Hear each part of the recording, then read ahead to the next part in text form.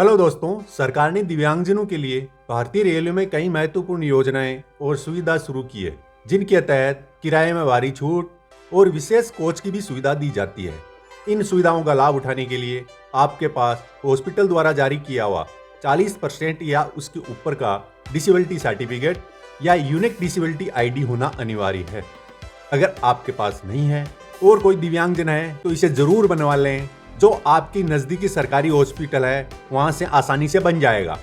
इस वीडियो में मैं आपको रेलवे दिव्यांगजन पास के लिए कैसे आवेदन कर सकते हैं, इसमें क्या क्या प्रोसेस है, क्या डॉक्यूमेंट आपको चाहिए, इसका मैं ऑनलाइन लाइव दिखाने वाला हूं।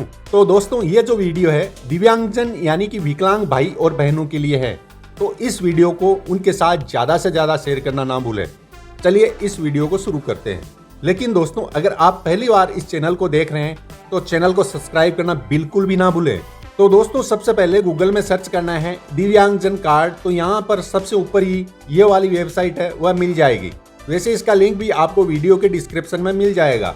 आप उस पर क्लिक करके डायरेक्टली आप इस साइट में आ सकते हैं। यहाँ आपको दिव्यांगजन कार्ड पर क्लिक करना है। ऐसा इंटरफेस है वह दिखाई देगा कुछ इस तरीके से। यहाँ पर एप्लीकेशन लॉगिन का ये वाला जो ऑप्शन दिखाई दे रहा है ना, इसी के नीचे जो ब्लू कलर में न्यू यूजर वाले ऑप्शन पे क्लिक कर देना है। क्योंकि अभी तक हमने रजिस्ट्रेशन नहीं किया है तो हमें सबसे पहले दिव्यांगजन एप्लीकेशन का यहाँ पर रजिस्ट्रेशन कंप्लीट करना होगा। तो न्यू यूजर पर क्लिक करने के बाद ऐसा स्क्रीन देखने को मिलेगा। हमें identity verification with Aadhaar I confirm, इस पर टिक मार्क कर देना है। इसके बाद नीचे आना है। यहाँ पर नेम एज पर आधार, तो आधार के अकॉर्डिंग अपना नाम दर्ज करना है। उसके बाद आधार के 12 डिजिट यहाँ पर दर्ज कर देना है और गेट ओटीपी पे क्लिक कर देना है। आधार रजिस्टर मोबाइल नंबर पर ओटीपी आएगा, ओटीपी को फिलअप कर देना है। फिर से एक बार मोबाइल नंबर यहाँ पे दर्ज करके गेट ओटीपी पे क्लिक करना है। यहाँ पर बॉक्स खुल जाएगा ओटीपी का। यहाँ पर भी मोबाइल में ओटीपी आएगा, वो यहाँ पे दर्ज कर देना है। यहाँ पर दोस्तों आपको अपना ईमेल आईडी दर्ज करना है। इसके बाद नीचे आना है। यहाँ पे डिसेबिलिटी क्या है, तो यहाँ पर आपको हॉस्पिटल से जो विकलांग सर्टिफिकेट दिया है उसमें दर्ज है, जैसे सुनाई नहीं दे रहा है या फिर दिखाई नहीं दे रहा है या फिर हड्डियों में प्रॉब्लम है, तो यहाँ पर सर्टिफिकेट के हिसाब से जो भी डिसेबिलिटी है सेलेक्ट कर लेना है। फिर से आई कंफर्म पे क्लिक कर देना है। ऊपर साइन अप वाले ऑप्शन पे यहाँ पे क्लिक कर देना है। आपका अकाउंट है वह क्रेडिट हो चुका है। यहाँ पर हमने रजिस्ट्रेशन कंप्लीट कर लिया है। अब बारी आती है लॉगिन की। तो उसके बाद सीधा लॉगिन वाले ऑप्शन पे आना है। यहाँ पर रजिस्टर मोबाइल नंबर फिलअप कर देना है। उसके बाद नीचे गेट ओटीपी पे क्लिक कर देना है। जो मोबाइल नंबर आपने दर्ज किया था उस पर एक ओटीपी भेजा जाएगा। ओटीपी यहाँ पर फिलअप कर देना है। नीचे दोस्तों जो कैप्चा शो हो रहा है वह कैप्चा भी यहाँ पे दर्ज कर देना है एंड लॉगिन वाले ऑप्शन पे क्लिक कर देना है। तो दोस्तों जैसे ही लॉगिन पे क्लिक करेंगे हम इस पोर्टल में लॉगिन हो जाएंगे। यहाँ पर दिव्यांगजन कार्ड एप्लीकेशन में लॉगिन हो चुके हैं। यहाँ पर दो ऑरेंज कलर के जो टेप दिखाई दे रहा है ना, तो यहाँ पर दोनों में ऑफलाइन फॉर्म मिलेंगे। इन दोनों फॉर्म के बारे में आगे डिस्कस करेंगे। ये तीसरे वाला ऑप्शन है अप्लाई फॉर कंस्ट्रक्शन कार्ड, जो ग्रीन में है। यहीं से हमें दिव्यांगजन यानी दिव्यांग पास को अप्लाई करना है। इसके लिए आपको क्या क्या डॉक्यूमेंट की जरूरत पड़ने वाली है वह मैं आपको बता देता हूँ। सबसे पहले डॉक्यूमेंट है पहचान और पता प्रमाण, यानी आधार कार्ड वह सही रहेगा, सबके पास आसानी से मिल जाता है। Next, passport size photo, latest passport size photo की एक हार्ड कॉपी। अगला डॉक्यूमेंट है जन्म तिथि प्रमाण पत्र, 10वीं की मार्कशीट, पैन कार्ड या बर्थ सर्टिफिकेट, इनमें से कोई भी एक। अगला, दिव्यांगजन प्रमाण पत्र यानी डिसेबिलिटी सर्टिफिकेट, सरकारी हॉस्पिटल से जारी हुआ और कम से कम 40% विकलांगता का प्रमाण पत्र होना जरूरी है। इसके बाद लास्ट डॉक्यूमेंट है कंसेक्शन फॉर्म। यह फॉर्म सरकारी हॉस्पिटल से सिग्नेचर करवा के अपलोड करना पड़ता है। इसके बारे में आपको आगे बताऊंगा, कहाँ मिलेगा, कैसे भरना है। बहुत इंपॉर्टेंट फॉर्म है, तो इतने डॉक्यूमेंट की जरूरत रहेगी। यहाँ पर अप्लाई फॉर कंस्ट्रक्शन कार्ड वाले ऑप्शन पे क्लिक कर देना है। यहाँ पर आधार से यहाँ पर पूरी डिटेल है वह फेच होकर आ जाएगी। जैसे ही आपका नाम, जेंडर, डिसेबिलिटी, ईमेल आईडी और मोबाइल नंबर यहाँ पर जो हमने दर्ज किया था वो सभी डिटेल यहाँ पर अपने आप आ जाएगी। और इसी के नीचे कार्ड एप्लीकेशन डिटेल भी शो हो जाएगी, जिसमें डेट ऑफ बर्थ देखने को भी मिल जाती है। इसका मतलब है ई केवाईसी कंप्लीट हो चुकी है। यहाँ पर फादर का नेम है उसे यहाँ पर दर्ज करना है। इसमें कोई भी गलती नहीं करना, इसमें आप दोबारा करेक्शन नहीं कर पाओगे। फादर का नाम फिलअप करने के बाद डिसेबिलिटी टाइप में अगर टेम्परेरी डिसेबिलिटी है तो टेम्परेरी सिलेक्ट करना है, कुछ टाइम के लिए जो डिसेबिलिटी होती है। अगर लाइफ टाइम है तो परमानेंट डिसेबिलिटी सिलेक्ट कर लेना है। इसके बाद एड्रेस और पिन कोड, सिटी, डिस्ट्रिक्ट और स्टेट सभी सारी डिटेल है वो आ जाएगी। इसके बाद हम नीचे स्क्रॉल करते हैं, यहाँ पर आप देख सकते हैं अपलोड फाइल का सेक्शन है वो आ गया।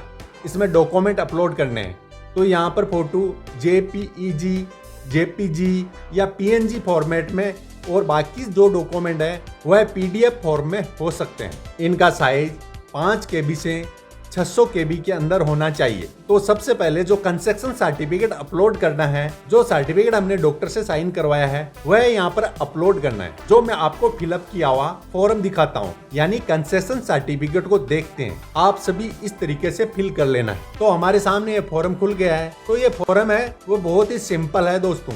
आपको अपना फोटो लगाना है, यहाँ पर आपको अपना नाम दर्ज करना है, अपना एड्रेस है वह यहाँ पर लिखना है। इसके बाद अपने फादर का नेम यहाँ पर दर्ज करना है, आपकी आयु कितनी है वह दर्ज कर देनी है। इसके बाद यहाँ पे मेल और फीमेल जो भी है यहाँ पर आपको लिख देना है। इसके बाद यहाँ पर जो है नेचर ऑफ हैंडीक्राफ्ट में यहाँ पे जो डिसेबिलिटी है वह डॉक्टर साहब यहाँ पर अपने आप लिख देंगे। आपको यहाँ पर अपने एक सिग्नेचर कर देना है। सिग्नेचर करने के बाद बाकी का जो काम है आपको सरकारी हॉस्पिटल जाने का है। इस फॉर्म को साथ लेकर जाना है, जहाँ से आपकी डिसेबिलिटी सर्टिफिकेट जारी हुआ था वहाँ डॉक्टर साहब इस पर सिग्नेचर कर देंगे।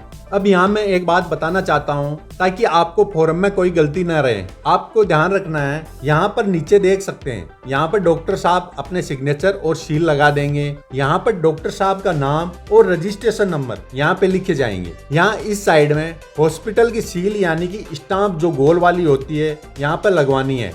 हॉस्पिटल की जगह का नाम, दिनांक यहाँ पर फिल करवाने हैं। दोस्तों एक चीज पर और ध्यान देना है, इसी फॉर्म के टॉप में फोटो लगाई थी उस पर भी डॉक्टर के सिग्नेचर और सील लगवानी है। अब इसी फॉर्म यानी डॉक्टर के सिग्नेचर किए हुए कंस्ट्रक्शन फॉर्म को अपलोड कर देते हैं। यहाँ पर जो फोल्डर शो हो रहा है उसके ऊपर क्लिक करके आपको अपना फॉर्म अपलोड कर देना है। उसके बाद दोस्तों आपको अपना एक फोटोग्राफ अपलोड करना है, तो फोटोग्राफ यहाँ पर अपलोड कर देते हैं।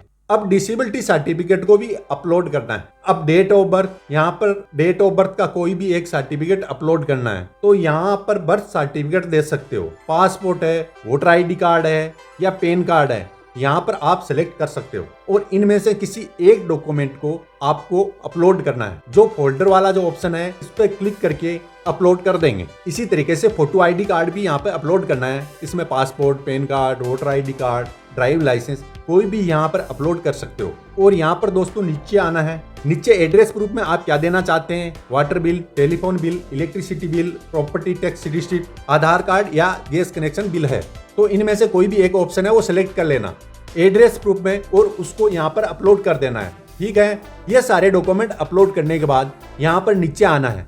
यहाँ पर detail of construction certificate issue from government hospital, यहाँ पर कंस्ट्रक्शन सर्टिफिकेट हमने सरकारी डॉक्टर से सिग्नेचर करवाए उसकी डिटेल यहाँ पर फिलअप करनी है। तो यहाँ पर दोस्तों जैसे ही आप यहाँ पे क्लिक करके सर्टिफिकेट इश्यू डेट है उस डेट को यहाँ पर फिलअप करना है। इश्यू डेट यहाँ पर डालने के बाद स्टेट जो हमने कंस्ट्रक्शन सर्टिफिकेट बनवाया है वो स्टेट सेलेक्ट करना है। मैंने राजस्थान सेलेक्ट कर लिया है, आप अपने अकॉर्डिंग सेलेक्ट कर लेना। इसके बाद हॉस्पिटल के नज़दीकी रेलवे स्टेशन का नाम सेलेक्ट करना है। उसके बाद यहाँ पर हॉस्पिटल का नाम सेलेक्ट करना है। अब बारी आती है डॉक्टर का नाम, रजिस्ट्रेशन नंबर, जो डिसेबिलिटी सर्टिफिकेट जो इश्यू हो रखा है, जो 40% से ऊपर की डिसेबिलिटी है उसके लास्ट के 8 डिजिट नंबर यहाँ पर दर्ज करने हैं। अब यहाँ हमारा फॉर्म कंप्लीट हो चुका है। अब आई कन्फर्म वाले ऑप्शन पे टिक मार्क कर देना है और यहाँ पर दोस्तों सेव एंड प्रोसीड वाले यानी कि सबमिट वाले ऑप्शन पे क्लिक कर देना है। तो ये दोस्तों जैसे ही आप यहाँ पर क्लिक करते हो आपका एप्लीकेशन है वो सबमिट हो जाएगा। उसके बाद ऑनलाइन जो प्रोसेस है वो पेंडिंग दिखाई देगा, स्टेटस में है। जैसे ही पेंडिंग का अप्रूव हो जाता है दोस्तों आपका जो कार्ड है वह ऑनलाइन ही आप डाउनलोड कर सकते हो और दोस्तों उसके बाद में बाई पोस्ट भी आपके घर पे जो कार्ड है आपके पते पे आ जाएगा। तो दोस्तों इस तरीके से दिव्यांगजन रेलवे कार्ड है उसको आसानी से अप्लाई कर सकते हो। अब मैं आपको ऑफलाइन जो फॉर्म है वह कहाँ से प्रिंट करना है, तो जब हम साइट के अंदर लॉगिन करते हैं उसी में यहाँ पे दो ऑरेंज कलर में यहाँ पे टेप दिखाई दे रहे हैं। तो यहाँ पर ऑफलाइन फॉर्म मिलेगा, जिसमें अगर ब्लाइंड यानी कि अंधापन है तो पहले ऑप्शन पे क्लिक करना है, और अगर ब्लाइंड नहीं है कोई और डिसेबिलिटी है तो यहाँ पे दूसरे वाले ऑप्शन पे क्लिक करना है। इसके ऊपर यहाँ पे क्लिक करना है। ठीक है, तो मैं यहाँ पर दूसरे वाले ऑप्शन पे क्लिक कर देता हूँ, तो हमारे सामने ये फॉर्म खुल जाएगा। आपको इंग्लिश में भी यहाँ पे फर्स्ट पेज पे आ जाएगा, और दूसरे पेज में यहाँ पे स्क्रॉल करोगे तो हिंदी में भी मिल जाएगा। जो भी आप फिलअप करना चाहते हो अपने हिसाब से प्रिंट कर सकते हो। तो ये बहुत आसान तरीका है कि दिव्यांगजन यानी कि विकलांग रेलवे पास है वह घर बैठे आसानी से बना सकते हो। अगर आपको यह मेरा वीडियो अच्छा लगा है तो लाइक और शेयर जरूर करें। चैनल को सब्सक्राइब करके नोटिफिकेशन बेल को जरूर दबाएं। मैं मिलूंगा कुछ ऐसे ही नए वीडियो के साथ, तब तक के लिए जय हिंद।